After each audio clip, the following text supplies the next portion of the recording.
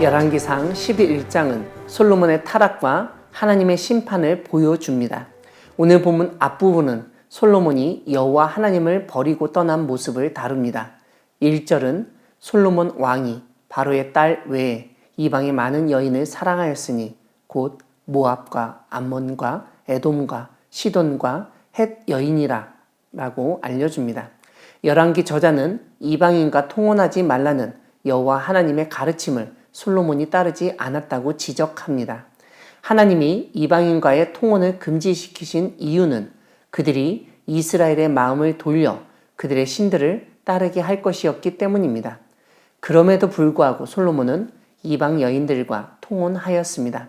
3절을 보면 왕은 후궁이 700명, 첩이 300명이었는데 특히 솔로몬의 나이가 많을 때 그의 여인들이 그의 마음을 돌려 다른 신들을 따르게 하였다고 설명합니다. 열왕기는 솔로몬 왕의 마음이 그의 아버지 다윗의 마음과 같이 아니하여 그의 하나님 여호와 앞에 온전하지 못하였다고 지적합니다.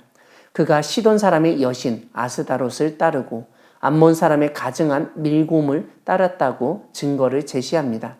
그뿐만 아니라 모압의 가증한 그모스, 암몬 자손의 가증한 몰록 등을 위한 산당을 지어서 이방 여인들이 자기의 신들에게 분향하며 제사하도록 했다고 고발합니다.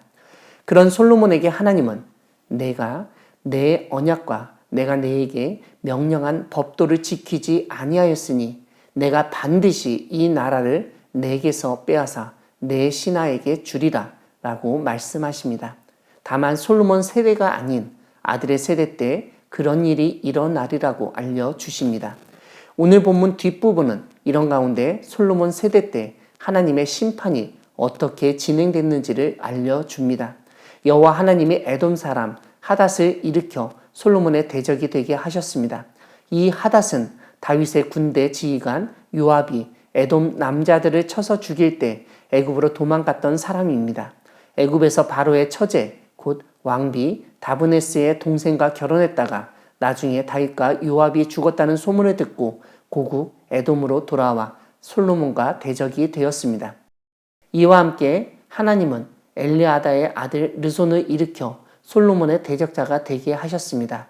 다윗이 소바 사람을 죽일 때 르손이 사람들을 모아 다메섹에서 왕이 되었습니다. 솔로몬의 일평생에 하닷이 엄청난 피해를 입혔고 르손 역시 이스라엘을 미워하며 대적했다고 알려줍니다. 또한 솔로몬의 신하 느밧의 아들 여로보암도 솔로몬 왕을 대적했습니다. 그가 대적한 이유는 실로 사람 선지자 아이야가 길에서 그를 만나 자기가 입은 새 옷을 잡아 12조각으로 찢고 여로보암에게 10조각을 가지라고 하면서 하나님이 이 나라를 찢어 10지파를 너에게 줄 것이라고 전했기 때문입니다. 하나님은 솔로몬에게 하신 말씀처럼 내 종 다윗이 행함같이 내 율례와 명령을 지키면 내가 너와 함께 있어 내가 다윗을 위하여 세운 것 같이 너를 위하여 견고한 집을 세우고 이스라엘을 내게 주리라고 약속하셨습니다. 하지만 솔로몬은 이런 여로보암을 죽이려 했습니다. 그래서 여로보암은 애굽으로 도망하여 애굽 왕 시삭에게 이르러 솔로몬이 죽기까지 애굽에 있었습니다. 사랑하는 광야교회 성도 여러분, 하나님은 권력과 여성에게 빠진 지도자와 그 나라를 심판하시는 분이십니다.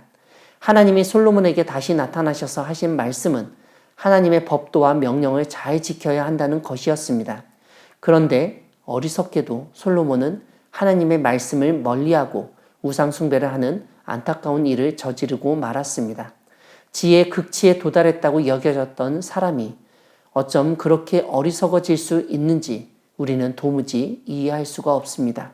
다만 이 일을 통해서 우리는 항상 선줄로 생각할 때 오히려 넘어질 것을 염려하며 항상 겸손하게 살아야 한다는 점을 배우게 됩니다.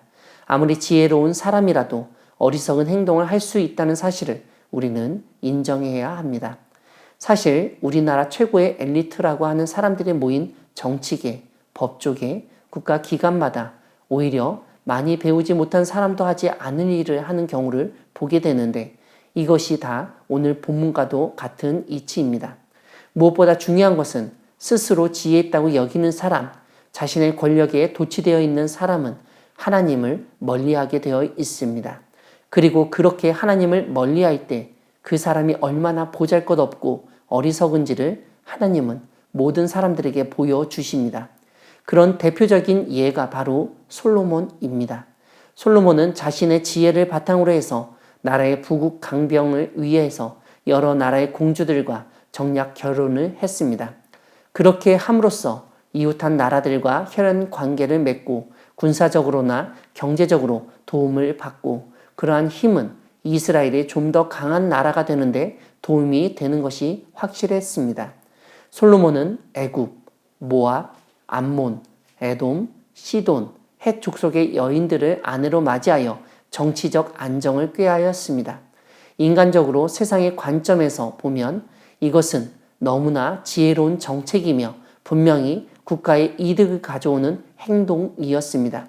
문제는 이러한 일이 너무나 인간적이었다는 점입니다. 솔로몬은 이러한 인간적인 수단으로 나라를 다스리고 나라를 강하게 하려고 했는데 오히려 그것은 나라를 망하게 하고 나라를 분열시키는 일이 되었습니다. 그 이방 여자들에게 솔로몬이 마음을 빼앗기고 결국 왕부터 이방 나라의 신들에게 제사를 지내는 어처구니 없는 상황이 연출된 것입니다. 하나님의 방식으로 이루어진 일이 아니었기 때문에 문제가 생긴 것입니다.